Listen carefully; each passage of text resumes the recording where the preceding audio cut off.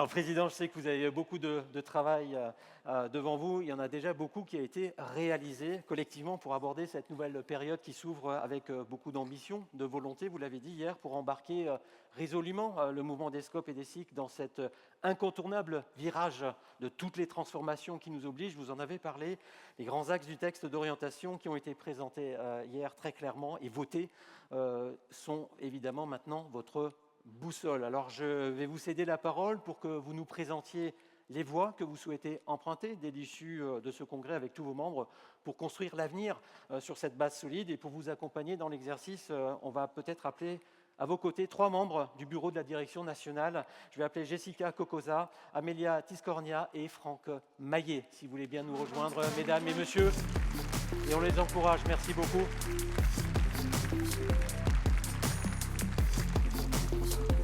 Bonjour à tous les 3, bienvenue. J'espère que vous êtes bien reposés parce que le président a besoin de vous, il a besoin de soutien. Plus sérieusement, faites-nous part s'il vous plaît de votre vision partagée des grands enjeux de cette mandature qui s'ouvre. On vous écoute, Président. Alors, avant de parler du futur, je vais revenir sur le passé. Très bien. 30 secondes. Ok.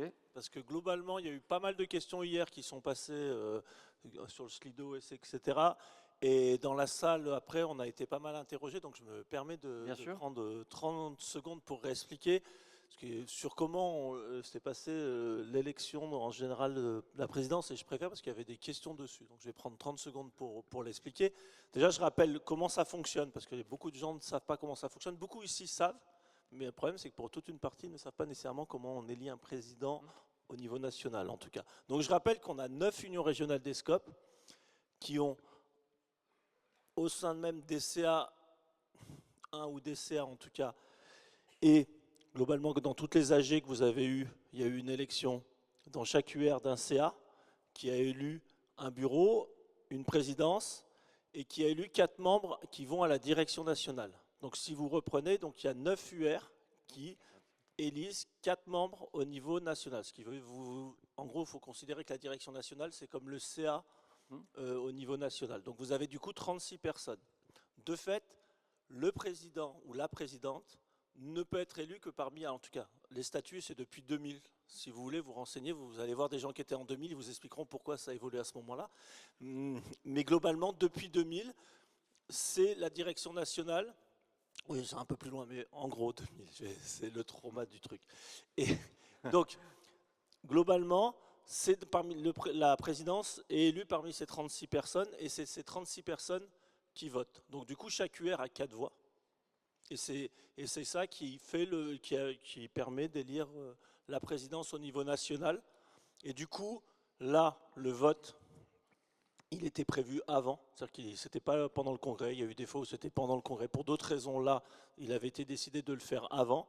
Je rajoute une dernière chose, c'est que dans le cas de la conjointe, actuellement, ce qui s'est passé, c'est qu'il y avait un process qui avait été prévu pour une process de 1 an, qui globalement devait se finir le 29 janvier, qui a été infructueux, je ne reviendrai pas, mais voilà, globalement il a été infructueux, ce qui veut dire que c'est pour ça qu'hier, quand j'ai expliqué que tous les membres du bureau, une partie, on va dire, on n'était pas nécessairement amené à se dire, tiens, on va être au bureau, etc. Mais il a fallu trouver une solution, et c'est là où on va dire l'intérêt du collectif, l'intérêt on voit que tout le monde veut coopérer et qu'on a les mêmes valeurs, c'est qu'à un moment on s'est retrouvé à 36 en disant, il faut trouver une solution. Globalement, on a fait une genre de désignation par UR qui a permis de regrouper 15 personnes qui ont travaillé entre le 29 et le 20 février, parce qu'en gros, il fallait une solution pour le 5. Et c'est ça qui a permis petit à petit de construire un collectif du bureau avec tous ces échanges-là qui ont eu lieu en visio, etc., parce que tout le monde courait si c'était les vacances, etc. Donc il y a des gens qui l'ont fait sous la neige en voiture, d'autres, etc. Mais on a réussi à construire ça en prenant le temps de s'appeler et tout ça, pour arriver le 5 mars à avoir une élection d'un bureau et d'une présidence structurée à ce moment-là. Voilà, c'est juste pour expliquer comment on est arrivé là et que tout le monde ait un peu une idée de ce qui a amené tout ça, et que globalement, voilà, c'est un processus entièrement démocratique, parce que voilà, l'élection n'a pas lieu au Congrès. Ce n'est pas toutes les personnes qui votent au Congrès depuis effectivement 2012. Ça a été une décision de changement qui est là dans les statuts. Mais voilà, il y a tout un fonctionnement qui amène à l'élection de la présidence en général. Voilà, je voulais prendre 2 secondes parce qu'il y avait beaucoup de questions. Merci pour cette clarification et cette pédagogie qui est utile pour tout le monde. Maintenant, on parle d'avenir. Exactement. Mais voilà, un texte d'orientation. Intéressant. Donc voilà, du coup, si on revient sur le texte d'orientation, là, l'idée, c'est de vous présenter les axes. Hier, vous avez présenté les axes très joliment par tout le théâtre qui était là avant. J'ai fait en cours. Là, l'idée, c'est, différentes personnes là, on va vous présenter les enjeux. Sachant que je reviens sur les enjeux, toujours dans la même logique. Là, on va vous présenter les enjeux tels qu'on a discuté au bureau. Il faut bien comprendre qu'une fois et à la direction nationale aussi qui a déjà commencé à travailler, derrière, dans la même logique, il va y avoir un séminaire de l'ADN, il va y avoir tous les UR qui vont travailler, et l'objectif, c'est qu'il y a la convention nationale. Je suis désolé, j'utilise un autre terme pour tout le monde. La convention nationale, c'est l'Assemblée générale nationale. En gros, c'est tous les élus du mouvement qui se retrouvent en général début juillet, et c'est ça qui va permettre de créer la feuille de route, on va dire un peu figé en tout cas, le plan d'action. Le plan d'action. Donc là, l'idée, c'est qu'on va vous présenter les enjeux, mais globalement, vous allez tous dans chaque UR permettre de co-construire ça pour arriver à une feuille de route structurée, plan d'action structuré en début juillet. J'ai plus la date exacte, mais début juillet, qui permettra derrière de déployer un plan d'action sur les 4 ans. Donc voilà pour expliquer où on en est. Je vais céder la main, je ne sais plus qui démarre, à Amélia. C'est Amélia. Merci. Il y a un micro pour vous. Bonjour à toutes et à tous. Nous, à 3 voix, nous allons présenter les enjeux de chaque axe et deviner lequel je présente. Incarner les transitions, évidemment, le premier. Donc hier, nous avons effectivement adopté le texte d'orientation et c'est un choix. Un choix dans un moment où tout s'accélère, le climat, le travail, la démocratie. Et dans ce moment-là, nous ne faisons pas le choix de l'adaptation, mais le choix de l'influence. L'influence sur l'économie, l'influence sur les règles du jeu et l'influence sur ce que sera le travail demain. Parce que le modèle dominant montre ses limites et parce que face à cela, notre responsabilité n'est plus de commenter, elle est d'agir, elle est même d'incarner. Le premier enjeu, c'est devenir la référence de la démocratie au travail. Nous avons longtemps été perçus comme une alternative, respectée, inspirante, mais périphérique. Ce temps est terminé grâce au travail qui a été réalisé ces dernières années. Et aujourd'hui, les attentes sont claires. Plus de sens, plus de participation, plus de justice dans le partage de la valeur. Et ces sujets, nous ne sommes pas en retard, nous sommes en avance. La question n'est plus de prouver que notre modèle fonctionne. La question est comment le rendre incontournable.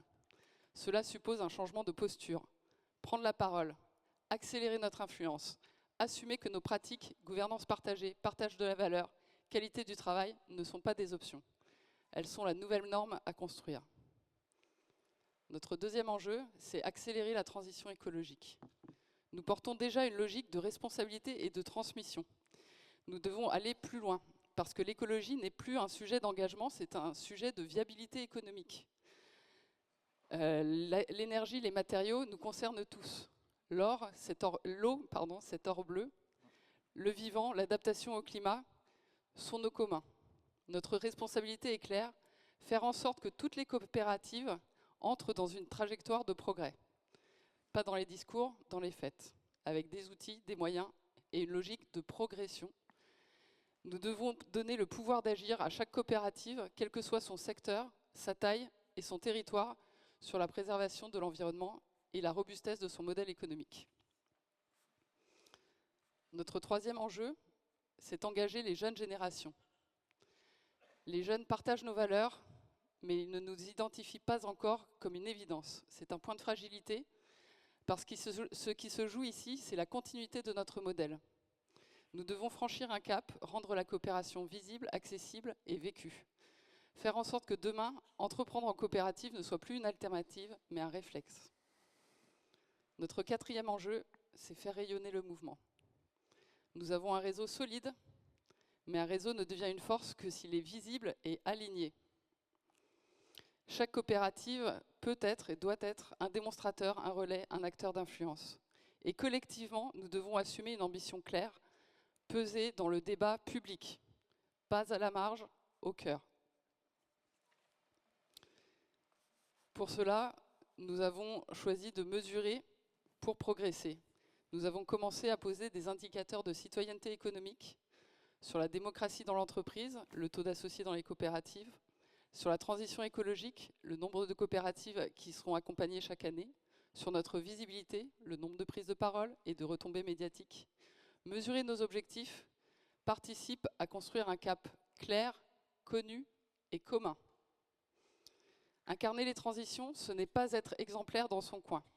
C'est assumer une responsabilité collective. Dans un monde où la démocratie au travail recule, les inégalités progressent et les équilibres écologiques sont menacés. Nous portons un modèle qui apporte des réponses concrètes. La question n'est donc plus sommes-nous légitimes? Et grâce au travail pareil qui a été effectué ces dernières années, aujourd'hui la question est sommes-nous prêts à changer d'échelle? Changer d'échelle dans notre impact, changer d'échelle dans notre visibilité, changer d'échelle dans notre ambition? Nous pensons que oui. Il faudra rester fidèle à ce qui fait notre force, le collectif, l'exigence et l'engagement. Et je passe la parole à Jessica.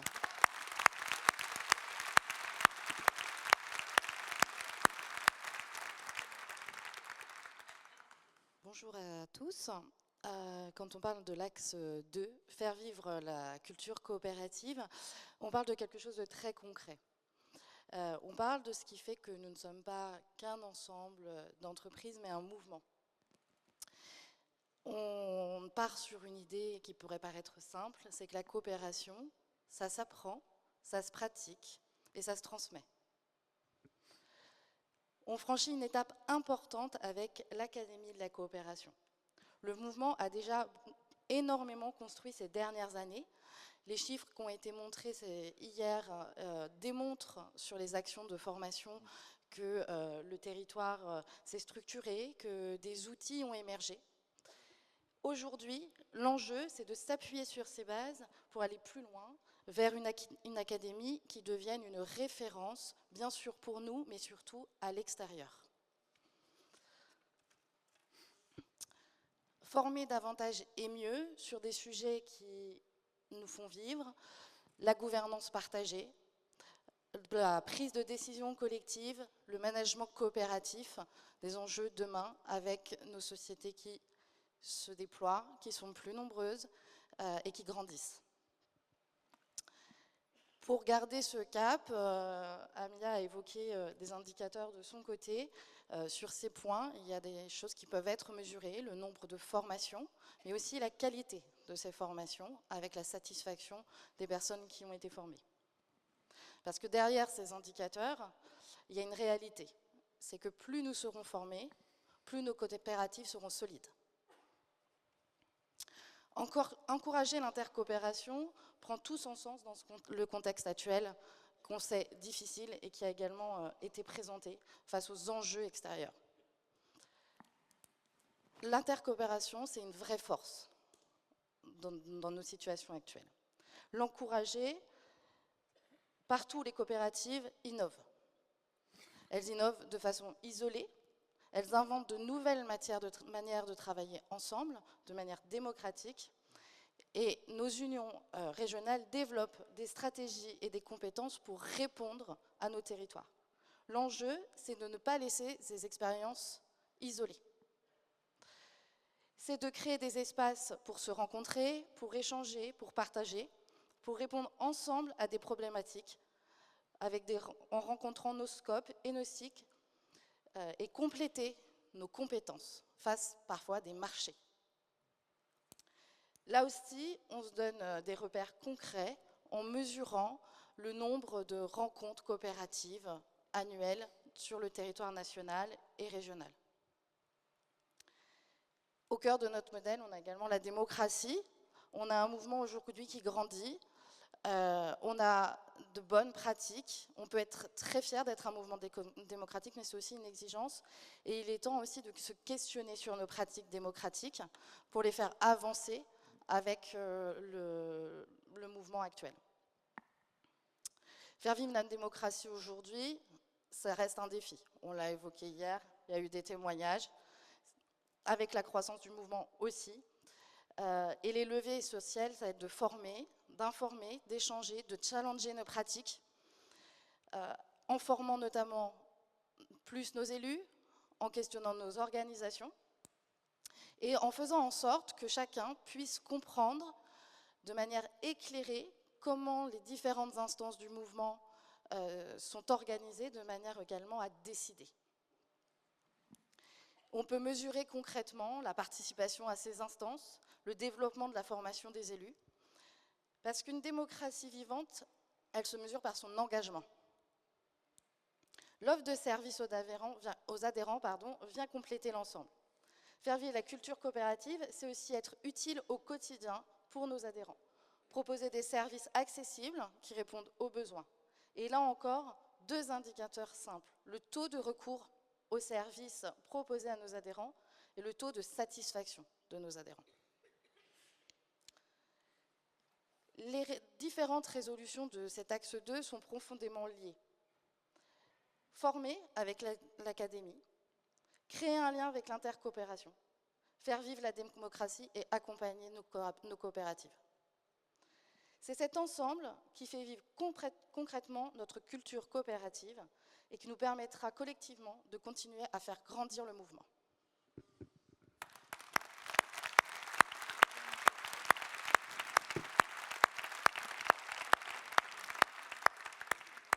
J'ai besoin de me lever, je suis désolé, j'en peux plus sur la chaise. C'est terrible pour moi. En plus, est-ce que ce micro, il fonctionne?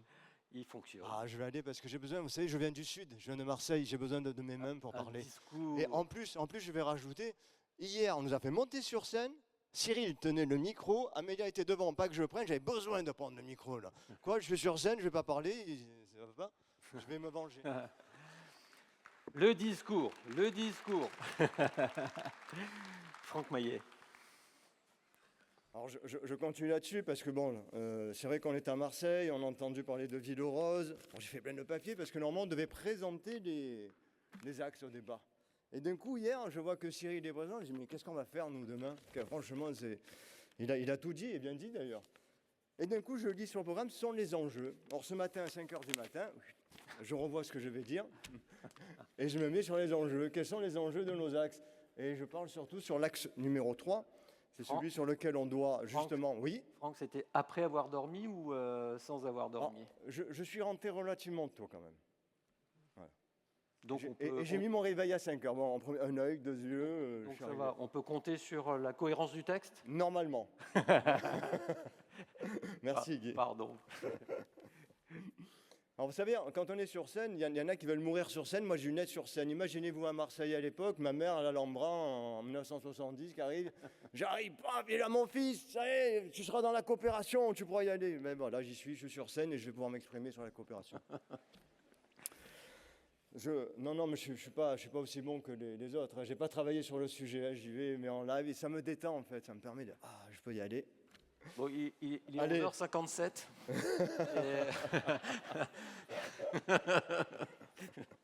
Allez, l'axe 3, c'était amplifier les dynamiques et le développement. Alors cet axe est stratégique, il vise à consolider la croissance déjà engagée du mouvement, tout en préparant les coopératives aux transformations économiques, sociales, territoriales à venir. Et il y a 3 résolutions, bien sûr, qui les structurent. Au début, je voulais parler aussi, on a mis 10 ans, on a doublé, mais bon, on m'a dit non, c'est des enjeux. Alors je vais sur les enjeux. Résolution 9, c'est pérenniser et développer des coopératives. Les enjeux clés, arrêtez de lire, écoutez-moi s'il vous plaît. Accélérer la création de nouvelles coopératives, c'est répondre aux besoins émergents des territoires et soutenir l'entrepreneuriat collectif. Un autre enjeu, ça va être d'accompagner la croissance des coopératives existantes, renforcer leur capacité d'innovation, d'adaptation et de développement externe. Faire de la vie coopérative un moteur de performance.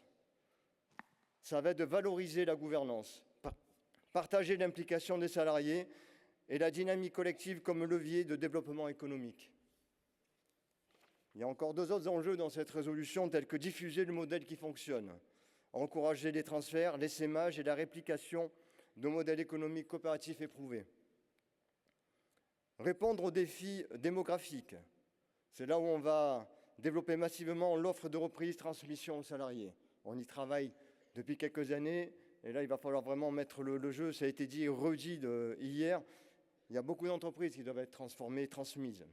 Enjeu crucial pour maintenir l'emploi, les compétences et les entreprises dans les territoires. En fait, si on reprend cette résolution 9, on peut dire que cet enjeu vise à sécuriser l'avenir du tissu coopératif, à soutenir sa croissance et à renforcer son rôle dans le développement économique local. La résolution 10, c'est faire de la stratégie coopérative un levier de développement, identifier les filières d'avenir pour anticiper les mutations économiques et se positionner sur les secteurs porteurs.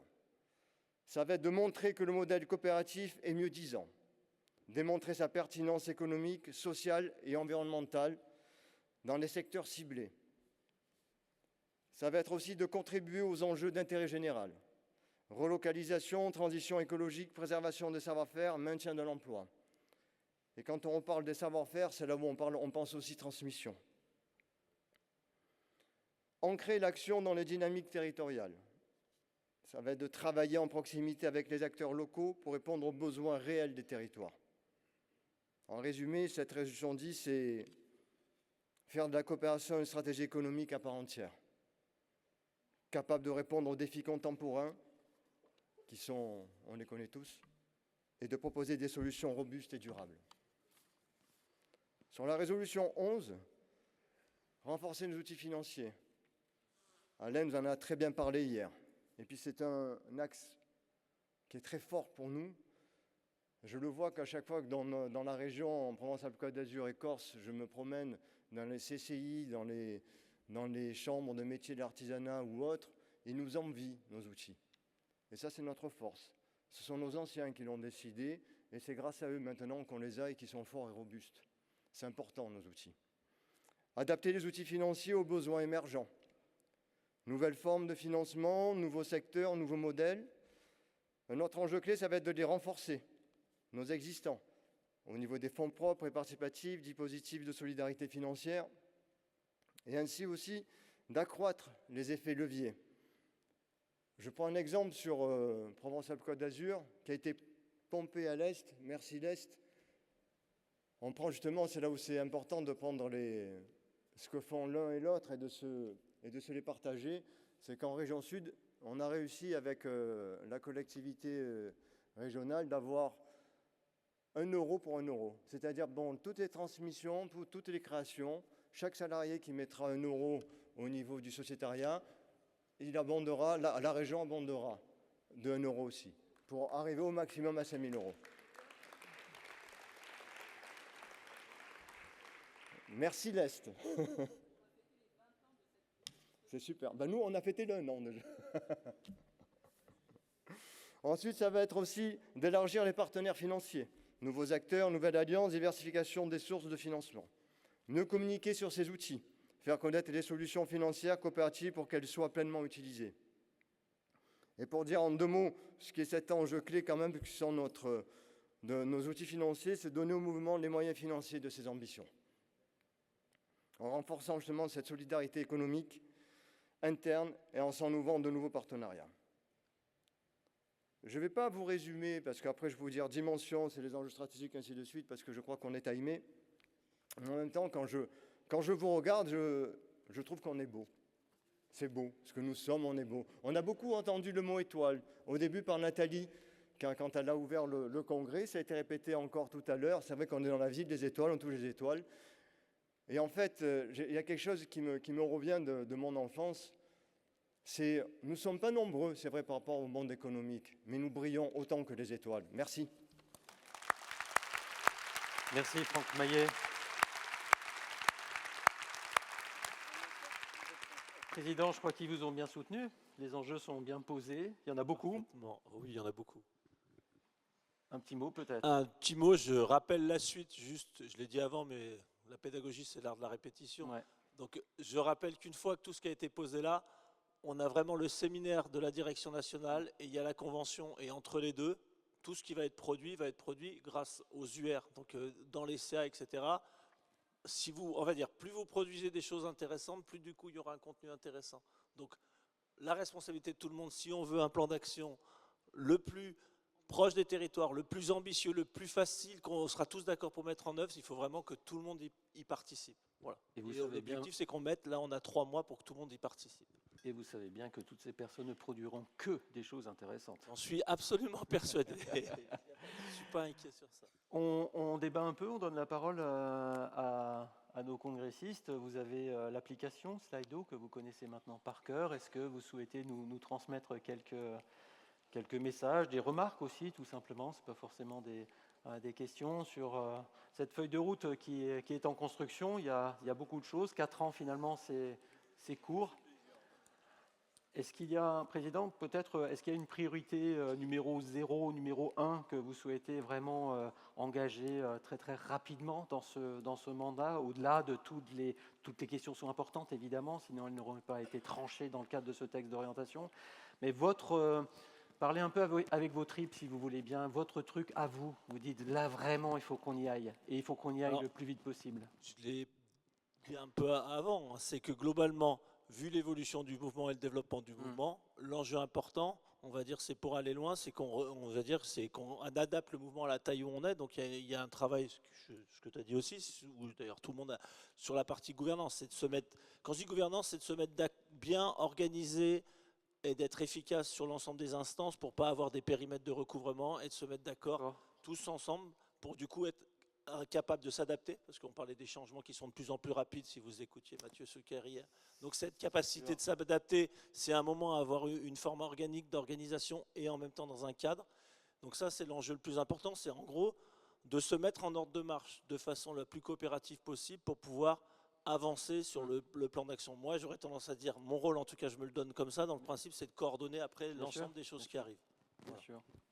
Bon, il y a quelques petites questions qui arrivent. En Europe, face à la montée en puissance du fascisme qui bafoue les droits de l'homme, comment la Confédération, j'imagine que c'est comment la Confédération se positionne sur justement la démocratie. Je cite, je ne trahis jamais les propos.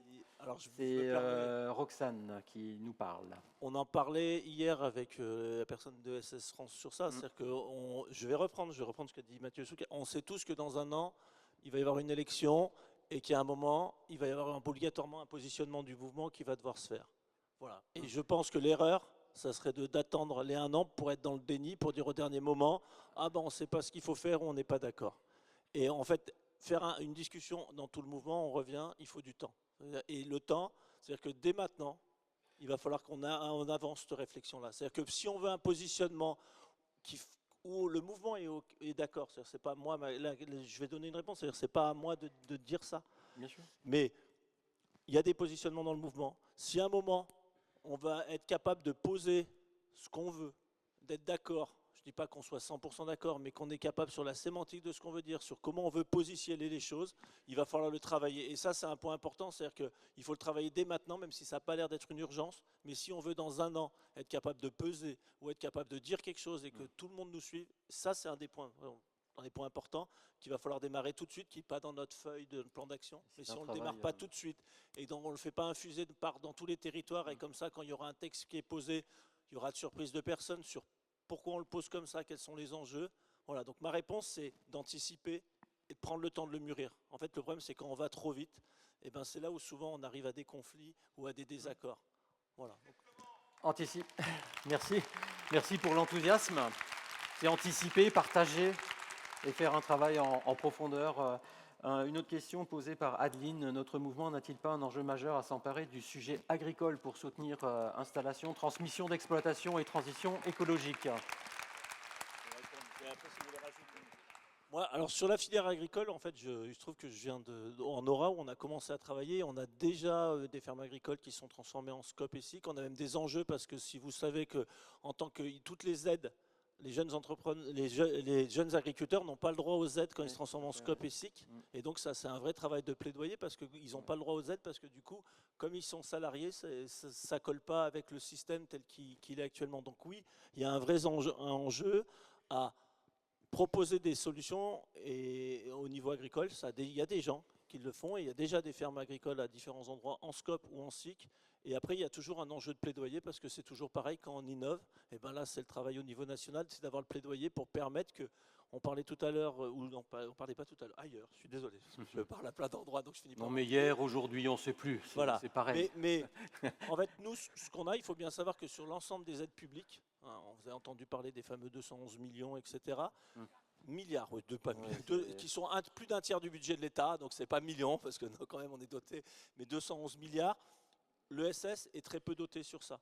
Nous, on ne demande pas à être plus doté que les autres. On demande au moins qu'un minimum, quand il y a des aides qui soient mises en place, eh ben, que l'ensemble des entreprises coopératives aient au droit à l'ensemble des dispositifs, les mêmes que les entreprises classiques. Donc dans l'agriculture comme ailleurs. Et mine de rien, rien que ça, c'est une bataille juste pour avoir le droit à la même chose. Équité. Franck. Oui. Je vais en dire beaucoup, mais c'est important qu'on fasse un plaidoyer justement au niveau national pour arriver à toucher tout le monde. Mais ce qui est important aussi, c'est qu'en région aussi, on ait nos relations avec les chambres d'agriculture, montrer qu'on est présent, qu'on existe, parce que souvent là aussi, il faut le répéter, il faut être présent en permanence. Il faut tisser ces liens-là sur le régional pour qu'on puisse le faire après remonter directement au national. Et les régions ? Chambre d'agriculture et les régions, parce que la collectivité a aussi un impact très fort aujourd'hui. Oui, on parle beaucoup aussi de ce sujet. Je me permets pour le connaître un petit peu aussi ce sujet. Comment est-ce qu'on se groupe mieux, plus fort avec les autres structures de l'ESS pour peser davantage encore sur le gouvernement ? Vous parlez de plaidoyer, ça fait un peu partie de ce travail de fond.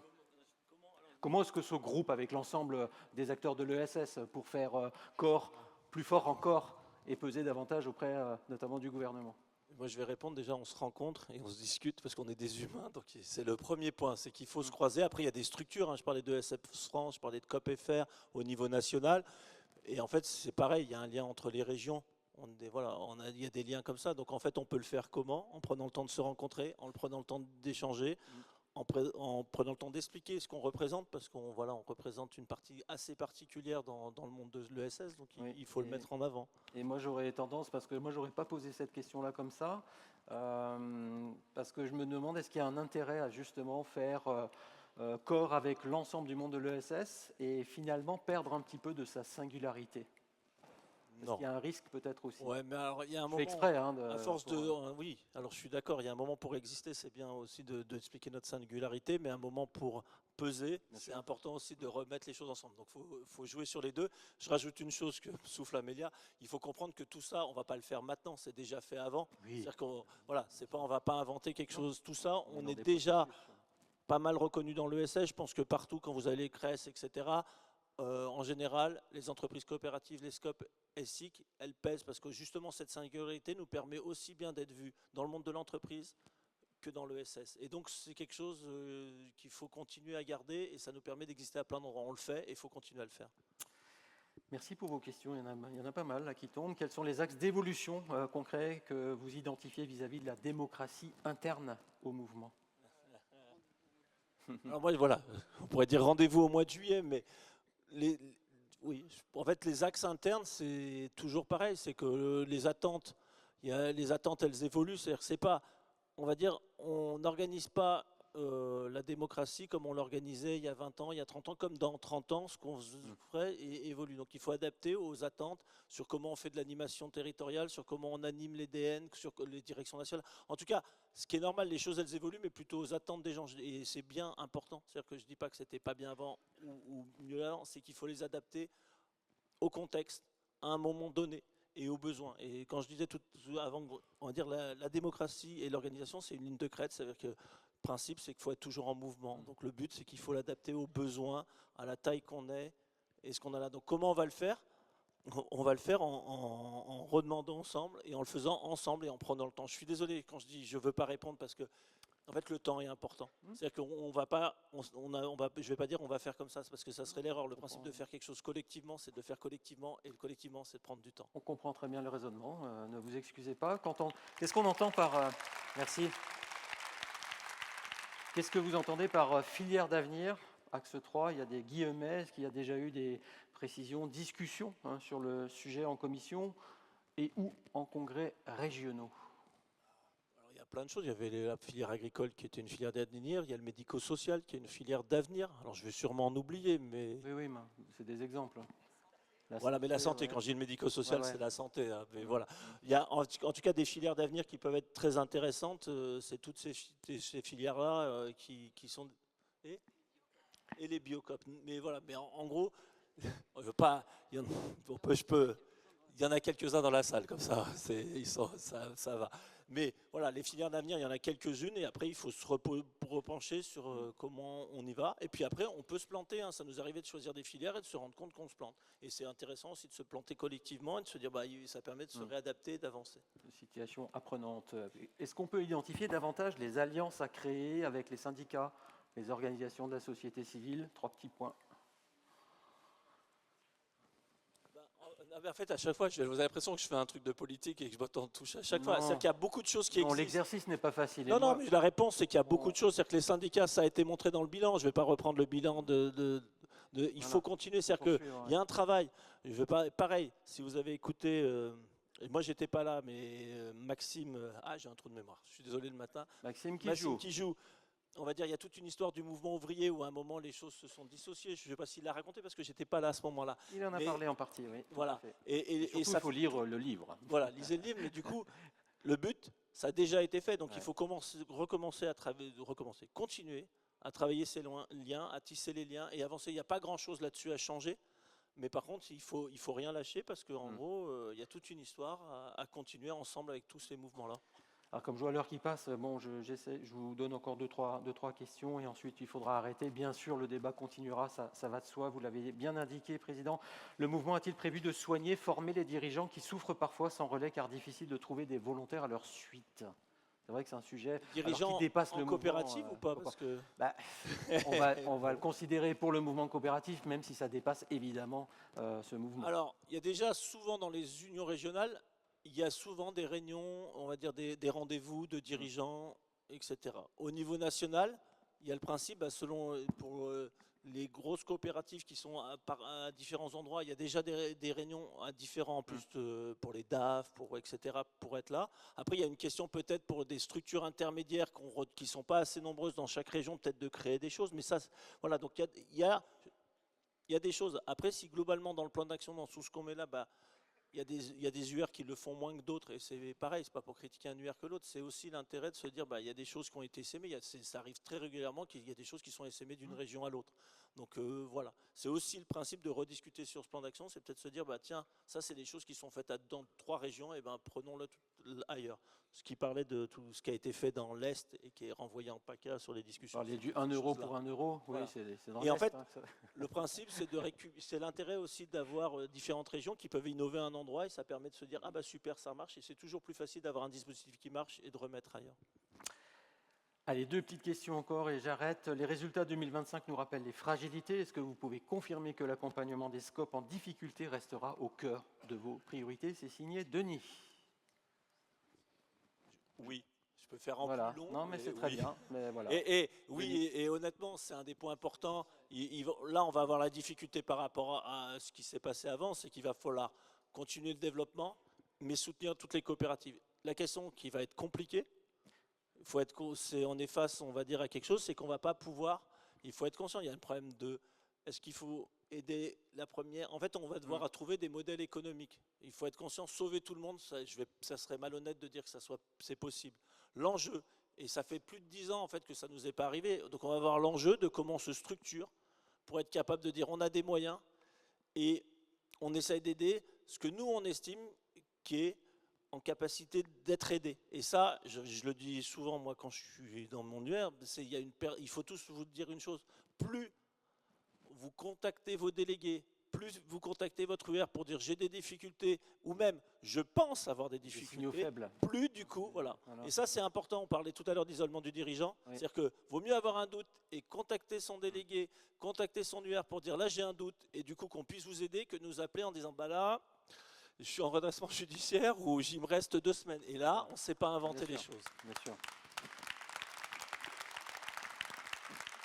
Dernière question, on parle de développement des outils financiers. Quel levier pensez-vous activer? Vous avez donné la réponse. Enfin, les bons. Voilà. Non, mais il y a des choses, il y a de fonds dédiés. Les questions sont légitimes. Voilà, on peut. J'espère. Non, mais je peux répondre. Mais... Répondez. Non, mais en fait, je vais me répéter. En fait, c'est tout. C'est pas grave. C'est pas grave. Il n'y a jamais de mauvaises questions. Non, il n'y a que des mauvaises réponses. Et on est surtout vendredi matin. Donc je vais essayer de ne pas avoir une mauvaise réponse. Mais les nouveaux leviers qu'on compte activer, déjà, on a des outils financiers qui existent. Le but, c'est de les continuer à les utiliser, à les renforcer et à les adapter. Voilà. Et après, à être efficace et rapide. Mais je redis, on peut être efficace et rapide que quand on nous contacte aussi rapidement. C'est tout. On est d'accord. Merci pour vos contributions. Merci aussi pour l'ensemble de vos réponses, de vos présentations. Moi, j'aimerais, Président, si vous en êtes d'accord, faire monter sur scène toute votre équipe, toute la direction nationale, parce que hier, on a découvert évidemment votre équipe rapprochée, le bureau, mais c'est toute une direction nationale qui sera à votre service et au service du mouvement pendant ces 4 années qui viennent. Mesdames, Messieurs, j'aimerais que vous rejoigniez le Président et on a testé l'estrade, pour ceux qui attendent qu'on se casse la gueule. Voilà, on va faire une belle photo collective et ça vous permettra, Président, de nous présenter ces personnes. Non, vous voulez pas. Non, vous voulez pas.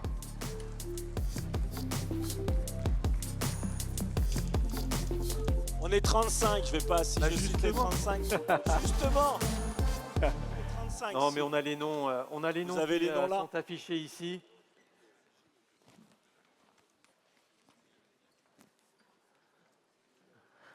Et donc,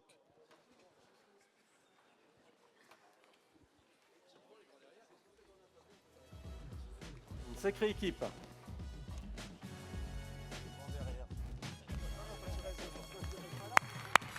On peut les applaudir en effet.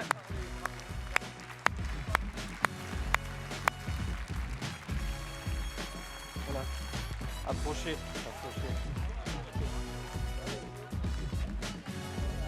Je pense qu'on peut avancer un petit peu, voilà. Approchez, voilà. Pour que vous soyez tous dans le cadre.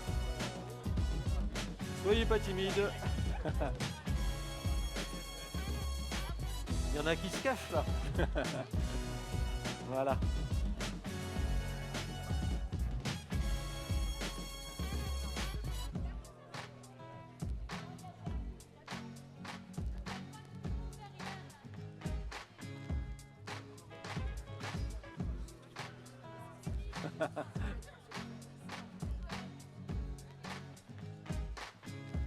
Non.